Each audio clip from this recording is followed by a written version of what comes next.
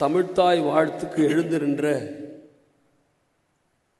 மரியாதைக்குரிய ஜிஆர்கேனுடைய வணக்கத்தை சொல்லிக் கொடுத்தான் விரும்புகிறேன்.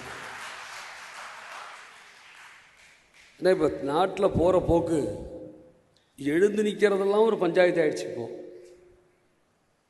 கேட்டால் ஒருத்தர் சொல்கிறாரு, அவர் கடவுள் வாழ்த்து கூட எழுந்திரிக்க மாட்டாருங்க, நீங்கள் என்ன போய் தமிழ் வாழ்த்துக்கு எழுந்திரிக்க சொல்கிறீங்க அப்படிங்கிறார். ஆண்டாளை வைரமுத்து கொச்சைப்படுத்தி விட்டார் என்கிற வாதம் என்று தமிழ்நாட்டில் முன்வைக்கப்படுகிறது.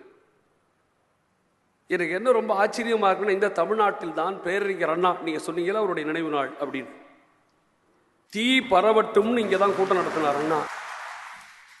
ராமாயணமும் மகாபாரதம் எரிக்கப்பட வேண்டும் என்பது அண்ணாவோட வாதம். எரிக்கப்படக்கூடாது என்று பேசுவதற்கு ராபி சேதுப்பிள்ளையும் சோமசுந்தர பாரதியும் வந்தார்கள் இதே தமிழ்நாட்டில்.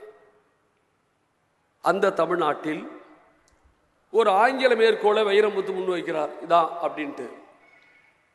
எங்கே சிக்கல் வந்துருச்சுன்னா, வைரமுத்து சொன்ன போது அந்த கூட்டம் நடந்தது ஸ்ரீவில்லிபுத்தூர் ராஜபாளையத்தில். மக்கள் வெள்ள மாதிரி உங்களை மாதிரி கூடியிருக்கிறாங்க.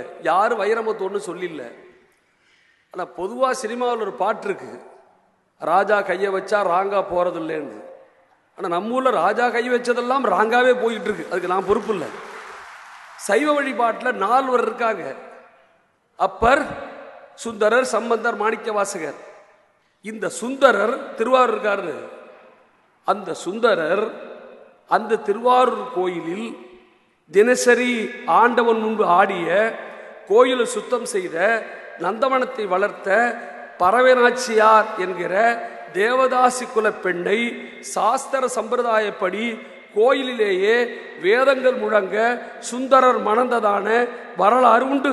நான் திரு ராஜாவை கேட்கிறேன், நீங்கள் சுந்தரரை விட அதிகமாக இந்து பக்தி உடையவரா என்று எனக்கு தெரியவில்லை. ஒரு அம்மா பாட வந்து உட்கார்றாங்க. காந்தி வந்து எதுக்க உட்கார்றாரு. உட்கார்ந்தா அந்த அம்மா சொல்றாங்க, இன்னைக்கு எனக்கு தொண்டை கட்டி இருக்கிற மாதிரி குரல் சரியில்லைங்கிறாங்க. காந்தி சொல்றாரு, நீ பாட வேண்டாம் தாயி, பேசு அப்படிங்கிறார். நேரு முன்னாடி அந்த அம்மா பாடுறாங்க. நேரு சொல்றாரு, நீ பாடிட்டேன்னா, உன் பாட்டை கேட்டேன்னா, I am after all A prime minister, நான் ஒரு சாதாரண பிரைம் மினிஸ்டர் தான், நீ தான் இசையின் அரசிங்கிறார். இப்படி எல்லோராலும் புகழப்பட்ட எம்.எஸ். சுப்புலட்சுமி ஒரு தேவதாசி குலத்தில் பிறந்தவர் என்பதை நீங்கள் தயவு செய்து மறந்துட வேண்டாம்.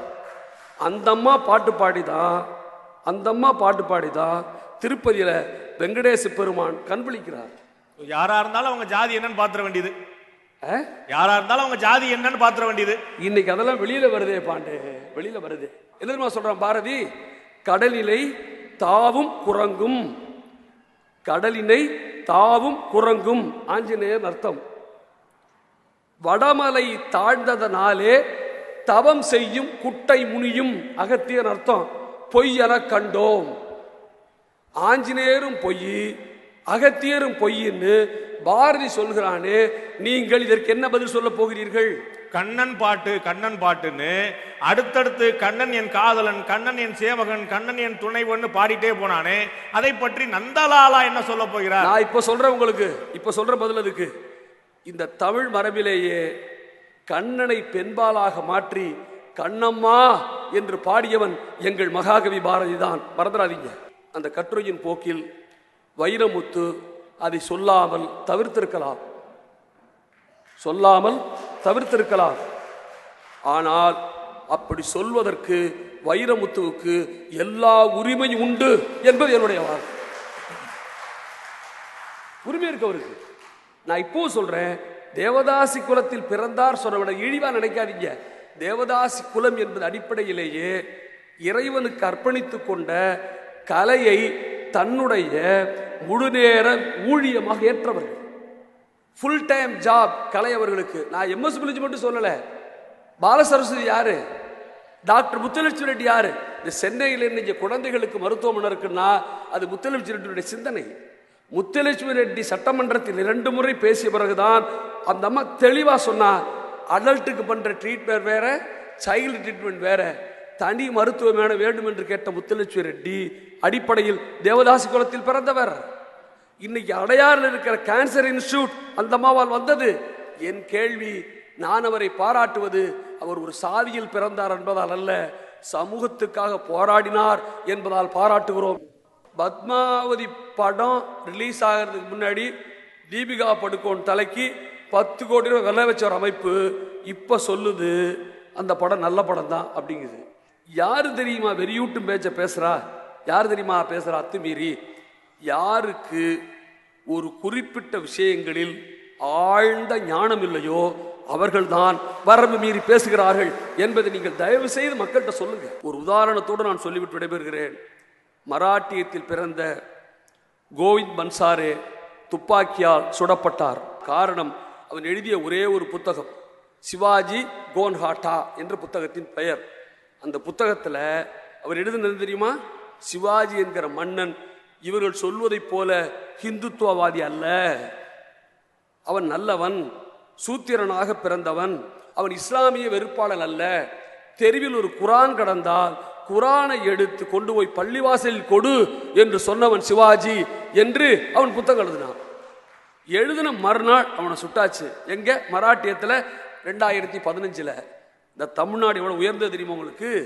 இதே சிவாஜியை பேரறிஞர் அண்ணா அவர்கள் சிவாஜி கண்ட இந்து ராஜ்யம் அல்லது சந்திரமோகன் நாடகமாக்கினார்.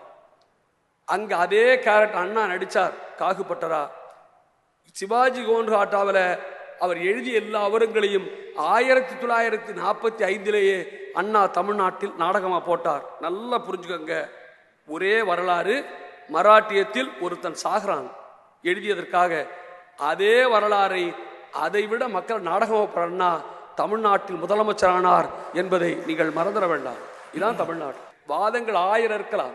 நாம் பேச வேண்டுமே தவிர தலையை விட்டு ஒருத்தர் அங்கேருந்து சொல்றார் அவன் நாக்க விட்டு இப்படி சொல்றவங்க எல்லாம் என்ன தெரியும் ஆசைப்படுறாங்க?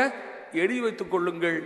இந்திய அரசியலை, தமிழ்நாட்டு அரசியலை ஹிந்துக்களுக்கும் நான் இந்து, இந்துஸ் நான் இந்துஸ், இந்துக்கள் இந்து அல்லாதார் அரசியலாக மாற்றுகிற திட்டமிட்ட சதியை தவிர இது வேறு ஒன்றுமில்லை என்று புரிந்து கொண்டால் இந்த வாதங்களை நீங்கள் ஏற்றுக்கொள்ளலாம். விடைபெறுகிறேன். நன்றி, வணக்கம்.